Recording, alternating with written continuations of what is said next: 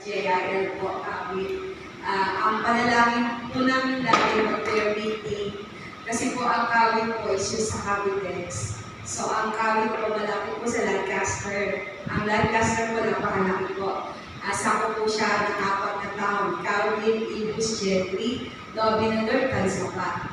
So, nagpe-pray. And every time na prayer po namin, maging ako po, Lord, magpadala ka ng mga manggagawa. Galing po ng ibang JIL na pwedeng lumipat sa Cavite kasi sa laki po ng Lancaster. So yun po yung prayer namin lagi. Yun po yung aming deklarasyon by faith talaga. Sabi ng Hebrews 11:1, now faith is the substance of the things hoped for, evidence of the things not seen. So yun po yung prayer talaga namin. So, one time po, ang mga bata din, nung nagkaroon kami ng strategic planning, yung mga anak ng mga CLT kasama nyo, may prayer din pala sila. So, sabi namin, nung nag-meeting kami, mga children, ano ba ang prayer nyo po? Ang prayer po namin, Pastora, umayos po yung children's room.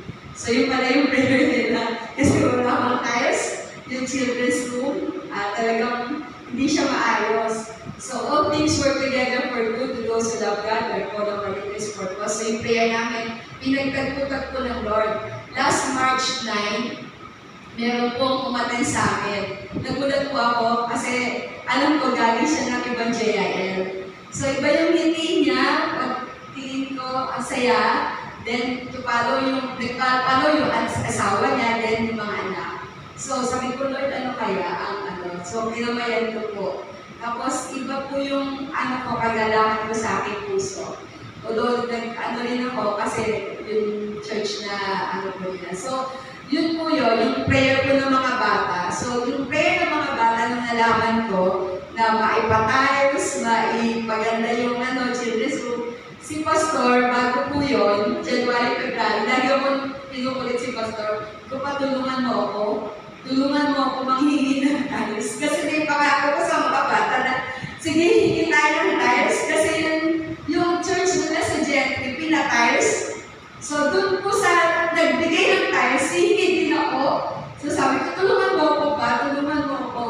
Kada dumadaan kami sa building nila, lagi kita ko yung tiles nasa labas.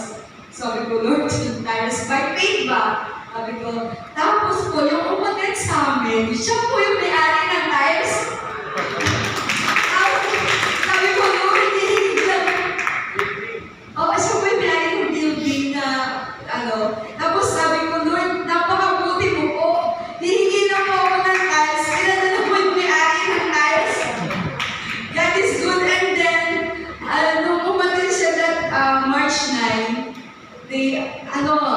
tinignan niya yung lalagyan ng tiles. Tapos, pagdating nun, sa amin na siya umaate, yung pamilya, maayos po yung pagpunta sa Cavite. Kasi po, big pastor dun po sa Pasay, meron po talagang certificate. Meron po talagang recommendation po. At yung recommendation po, i-email sa akin ng pastor. And then, pagka-email ko, pinilip ko po, isinend ko po, dinala ko po kay Pastor Janet. So, sinamahan ko ni Pastor, nakipag-usap ko kay Pastor Janet. Pastor, meron pong bago. Hindi po bago may manggagawa po na answer prayer po kami.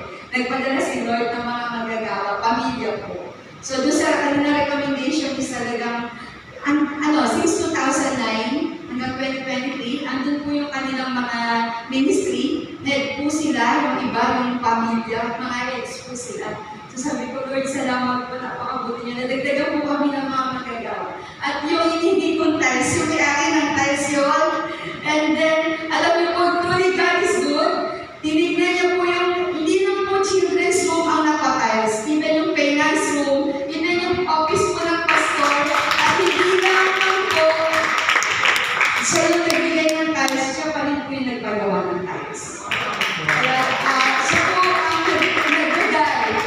Kaya po nung bago po kami mag-EGR last April, tiles na po yung kinainan ng mga committees, even yung sa pastor. Kaya, glory God is good, hindi mo natin kayang yung kabutihan ng Diyos. Talagang pagka yung prayer mo is talagang specific, even yung mga aircon na standing aircon, wala ko talaga kami pambili, wala ko kami budget.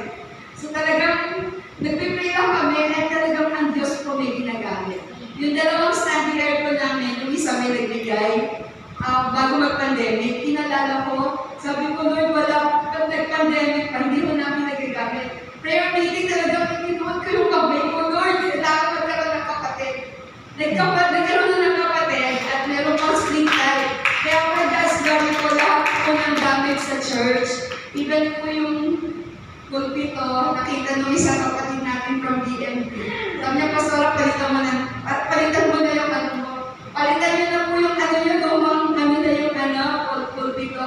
Sabi ko, Lord, sa po kami hindi po, bibay sa po. And then, alam niyo po, may JIL Hong Kong, mother niya. Sabi, ano daw po ang pwede tulong ni Mami. Alam niyo po, nagpadala ko talaga ng pera. Tapos, tinanong ko namin sa office ng JIL. Dineposit yung finance, and then after how many months, na-deliver po bago mag-EGR yung pulpito. Kaya po, napakapulong po ng Diyos. Hindi tayo sa church. Way back how many years talagang pinabalik po ng Panginoon. Kaya po, pag tayo po ay nanalangin, be specific at hawakan natin mga pangako ng Diyos. In John 14:14, whatever we ask in His name, He will do it. Anuhin natin yung panalangin natin. Pantayan natin at ang Diyos ay sasagot.